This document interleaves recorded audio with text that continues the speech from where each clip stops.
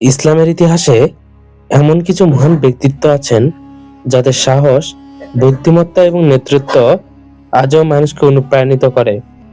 তাদের মধ্যে অন্যতম একজন হলেন খালিদ ইবনে ওয়ালিদ। তিনি ছিলেন মহানবী সাল্লাল্লাহু আলাইহি সাল্লামের সাহাবী এবং ইসলামের ইতিহাসের অন্যতম শ্রেষ্ঠ সেনাপতি। ইতিহাসে তিনি সবচেয়ে বেশি পরিচিত সাইফুল্লাহ নামে, যার অর্থ আল্লাহর তরবারি।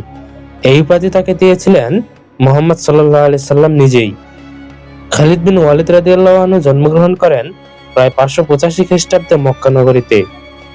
তিনি কুরাইশ গোত্রের বনি মখজুম পরিবারে জন্মেছিলেন।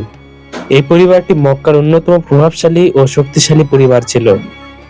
তার পিতা ওয়ালিদ ইবনে মুগীরা ছিলেন একজন ধনী ও সম্মানিত ব্যক্তি।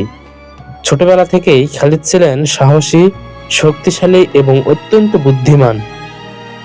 আরব সমাজে তখন যুদ্ধ কৌশল, ঘোড়াসওয়ারি এবং অস্ত্র চালানোর বিশেষ গুরুত্ব ছিল। তাই ছোটবেলা থেকেই তিনি ঘোড়ায় চড়া, তলোয়ার চালানো এবং যুদ্ধের বিভিন্ন কৌশল শিখতে শুরু করেন।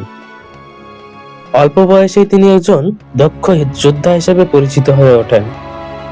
ইসলামের শুরুর দিকে খালিদ বিন ওয়ালিদ মুসলমানদের বিরোধিতা করেছিলেন। তিনি তখন কুরাইশদের পক্ষ থেকে যুদ্ধ করতেন। বিশেষ করে উহুদের যুদ্ধে তার সামরিক দক্ষতা স্পষ্টভাবে দেখা যায়। সেই যুদ্ধে তিনি কুরাইশ বাহিনীর অশ্বারোহী বাহিনীর নেতৃত্ব দেন।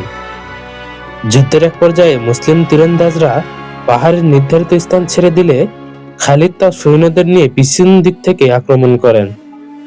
এর ফলে যুদ্ধের পরিস্থিতি হঠাৎ পরিবর্তিত হয়ে যায়। এই ঘটনা তার অসাধারণ যুদ্ধ কৌশলের একটি বড় উদাহরণ হিসেবে ইতিহাসে উল্লেখ করা হয়। কিন্তু সময়ের সাথে সাথে খালিদ বিন ওয়ালিদের চিন্তা ভাবনায় পরিবর্তন আসে। তিনি লক্ষ্য করলেন ইসলাম দ্রুত ছড়িয়ে পড়ছে এবং মুসলমানদের শক্তি ক্রমেই বৃদ্ধি পাচ্ছে। তিনি গভীরভাবে চিন্তা করতে শুরু করেন এবং অবশেষে বুঝতে পারেন যে ইসলামই সত্যের পথ। এরপর তিনি ইসলাম গ্রহণ করার সিদ্ধান্ত নেন। 629 খ্রিস্টাব্দে তিনি মক্কা থেকে মদিনায় যান এবং সেখানে নবী মুহাম্মদ সাল্লাল্লাহু আলাইহি সাল্লামের সাথে সাক্ষাৎ করেন। তিনি নবীর হাতে ইসলাম গ্রহণ করেন। নবী করিম সাল্লাল্লাহু আলাইহি সাল্লাম তাকে অত্যন্ত আনন্দের সাথে গ্রহণ করেন এবং তার জন্য দোয়া করেন। সেই মুহূর্ত থেকে খালিদ বিন ওয়ালিদের জীবনের নতুন অধ্যায় শুরু হয়। যিনি একসময় ইসলামের বিরুদ্ধে যুদ্ধ করেছিলেন, তিনি পরে ইসলামের অন্যতম শক্তিশালী রক্ষক হয়ে ওঠেন। ইসলাম গ্রহণের কিছুদিন পরে সংঘটিত হয় মুতা যুদ্ধ। এই যুদ্ধে মুসলিম বাহিনীর 3 জন প্রধান সেনাপতি একের পর এক শহীদ হয়ে যান। মুসলিম সেনাবাহিনী তখন কঠিন পরিস্থিতিতে পড়ে। সেই সময় খালিদ বিন ওয়ালিদ নেতৃত্ব গ্রহণ করেন। তিনি অসাধারণ কৌশলের মাধ্যমে যুদ্ধ পরিচালনা করেন এবং মুসলিম সৈন্যদের সম্পূর্ণ ধ্বংসের হওয়ার হাত থেকে রক্ষা করেন। এই ঘটনার পর নবী মুহাম্মদ সাল্লাল্লাহু আলাইহি সাল্লাম তাকে সাইফুল্লাহ অর্থাৎ আল্লাহর তরবারি উপাধি প্রদান করেন। নবী সাল্লাল্লাহু আলাইহি সাল্লামের ইন্তেকালের পর আরব উপদ্বীপের কিছু গোত্র বিদ্রোহ শুরু করে।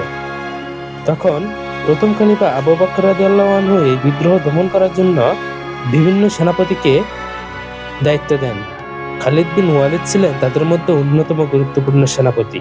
তিনি বিদ্রোহীদের বিরুদ্ধে যুদ্ধ করে ইসলামের ঐক্য বজায় রাখতে বড় ভূমিকা পালন করেন।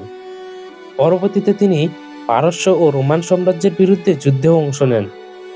তার অসাধারণ কৌশল এবং সাহসের কারণে মুসলিম বাহিনী অনেক গুরুত্বপূর্ণ বিজয় অর্জন করে। তার জীবনের সবচেয়ে বিখ্যাত যুদ্ধগুলো একটি হলো ইয়ারমুক যুদ্ধ। এই যুদ্ধ সংঘটিত হয় 636 খ্রিস্টাব্দে। সেই সময় রোমান সাম্রাজ্যের বিশাল বাহিনী মুসলিম বাহিনীর বিরুদ্ধে যুদ্ধ করতে আসে। মুসলিম বাহিনীর সংখ্যায় অনেক কম ছিল, কিন্তু খালিদ বিন ওয়ালিদের অসাধারণ নেতৃত্ব ও কৌশলের কারণে মুসলিম বাহিনী বিশাল বিজয় অর্জন করতে সক্ষম হয়। এই যুদ্ধের ফলে সিরিয়া অঞ্চলে মুসলমানদের শক্ত অবস্থান প্রতিষ্ঠিত হয়। পরবর্তীতে দ্বিতীয় খলিফা ওমর রাদিয়াল্লাহু আনহু তাকে সেনাপতির পদ থেকে সরিয়ে দেন, কিন্তু খালিদ এতে কোনো আপত্তি করেননি। তিনি সাধারণ সৈনিক হিসেবেও ইসলামের জন্য যুদ্ধ চালিয়ে যেতে থাকেন। এতে বোঝা যায় তিনি ক্ষমতার জন্য নয়, বরং আল্লাহর সন্তুষ্টির জন্য সংগ্রাম করতেন। খালিদ বিন ওয়ালিদের জীবনের আরেকটি আশ্চর্য বিষয় হল তার মৃত্যু। তিনি অসংখ্য যুদ্ধে অংশ নিয়েছিলেন এবং তার শরীরে অসংখ্য তলোয়ার, বর্ষা এবং তীরের আঘাতের দাগ ছিল, তবুও তিনি যুদ্ধক্ষেত্রে শহীদ হননি। 642 খ্রিস্টাব্দে সিরিয়ার হোমস শহরে তিনি স্বাভাবিক মৃত্যুবরণ করেন। আজও ইতিহাস থেকে স্মরণ করে।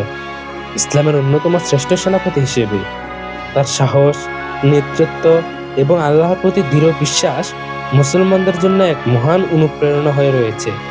খালিদ বিন ওয়ালিদ রাদিয়াল্লাহু আনহু আমাদের শেখান যে সত্যকে গ্রহণ করলে একজন মানুষের জীবনে সম্পূর্ণ বদলে যেতে পারে এবং সে ইতিহাসের অমর হয়ে থাকতে পারে। এরকম আরো ভিডিও পেতে আজাদি চ্যানেলটিকে সাবস্ক্রাইব করে রাখুন।